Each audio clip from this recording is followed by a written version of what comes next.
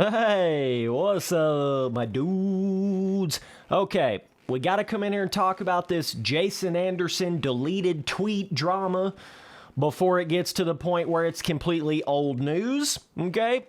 We're almost to that point anyways, by the way. If any of you guys want to get in my Discord, all you gotta do is DM me on Instagram at Spencer Turley, no spaces and no capital letters, and I'll get you in the Discord, okay?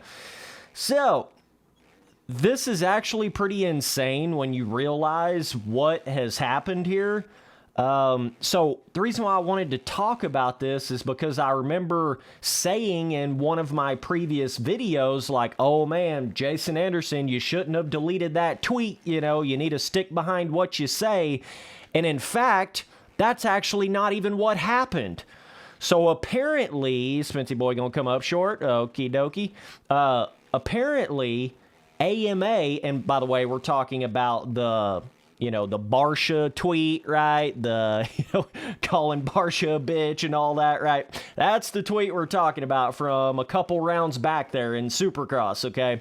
But apparently the information came out that Jason Anderson got approached by AMA, and they are the ones that actually told him to take that tweet down, which is just insane. It's absurd. It doesn't even make any sense because they literally posted the tweet on the live broadcast of the Supercross race.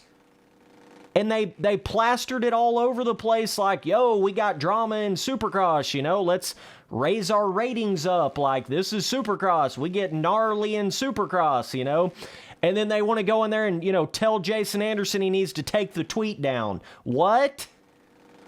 That is not good. That is not good. And even Chase Sexton actually spoke on this as well. He talked about how that was just not good for AMA to do that. When they get to the point to where they're starting to restrict what the riders can and can't tweet, if you want to really do this, AMA, if you really want to go down this road, if you really want to go down this rabbit hole, okay then, well, all you're going to do is completely eliminate anybody else ever tweeting anything else about another rider, during an actual race. And then all that's going to do is lower your ratings. It's going to lower the excitement for Supercross. You're just limiting yourself. You do realize that, right? Just making sure you understand that. And you should know that, because you plastered it all over. This is just so ridiculous, but it doesn't surprise me. Like, at the exact same time, this doesn't surprise me at all. Why is this rhythm section giving me hell right now? I don't know. The world may never know. Just got on this track. I hadn't rode much on it. The deformation looks pretty cool on it, though. Oh, Spency boy coming up short. Kevin Hart. Okay. This is one of the most absurd things I've ever heard, but it seemed like AMA did something similar to this. I don't know if it was last year. Yeah, it was last year. I think it was also between Anderson and like Barsha and Stewart. You guys remember when they all got into that shit last year?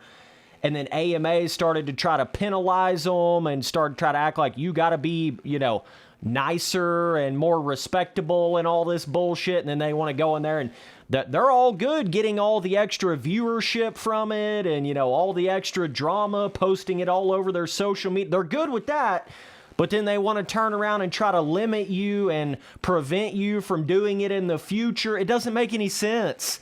Like, AMA, you do realize that's part of Supercross. That's part of why people watch it. That's part of the excitement.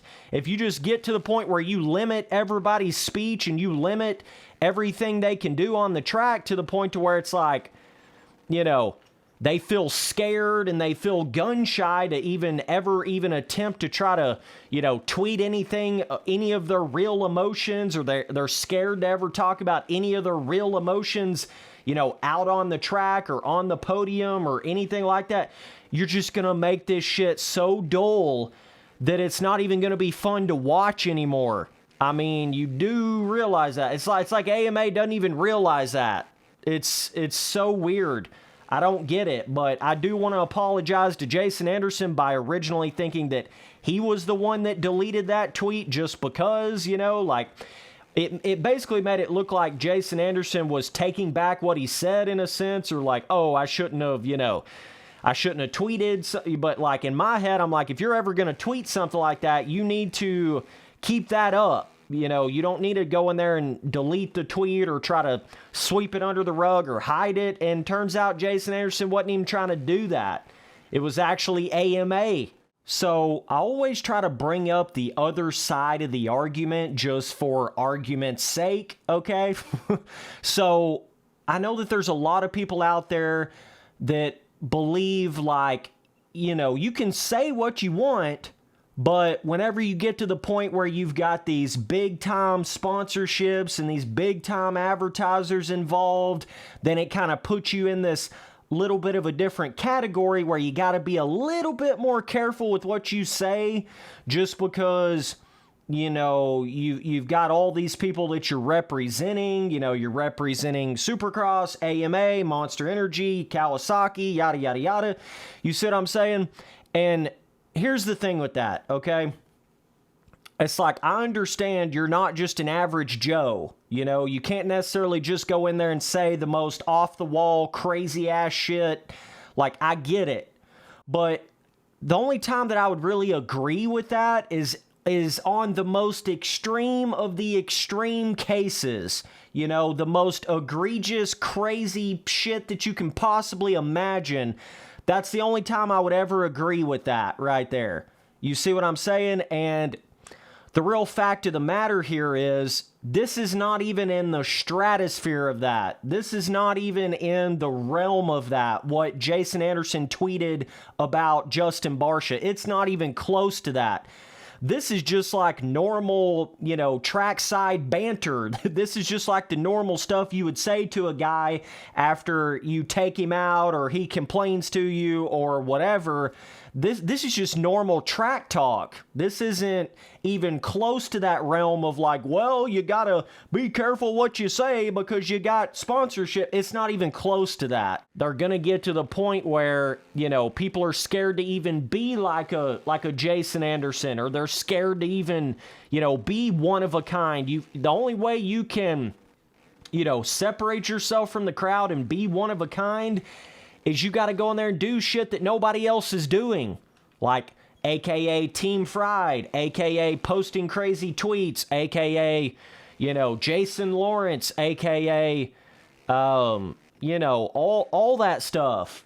And if you just eliminated all that, then you're going to eliminate all the character and the fun and the excitement and all of it. You're not going to have those Jason Andersons anymore. You're not going to, and, by golly, Barcia is the extreme, but still yet, he is a character in Supercross. It's almost like when you're thinking about Mortal Kombat characters, If they were all just a basic, like, ninja, then it wouldn't be as exciting. But it's not like that. You have a Sub-Zero that can freeze everybody. You have a Scorpion that's totally different than that. You have a, Reptile. You have the list just goes on and on and on.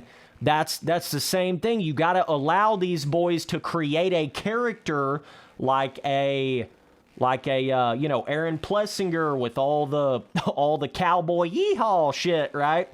You've got Jason Anderson with the 420 Blaze It Team Fried. You've got Eli Tomac that's a little bit more straightforward, American, just like, I don't know, kind of straightforward, doesn't get as crazy, but he's still a certain kind of character, But then you got the Barcias, and you got the Malcolm Stewarts, and then you got the Chase Sexton's a certain kind of character, But you got to allow these boys to breathe a little bit. You got to allow these boys to express themselves a little bit, or it's just going to come back to bite you.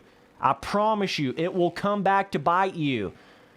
You're going to lose viewership. You're going to lose excitement. You're already to the point where most of your rounds are strictly on Peacock this year. You're already to the point where you're not even appealing to like the big mass audience anymore. You don't just have it on normal TV, at least not all the rounds, right?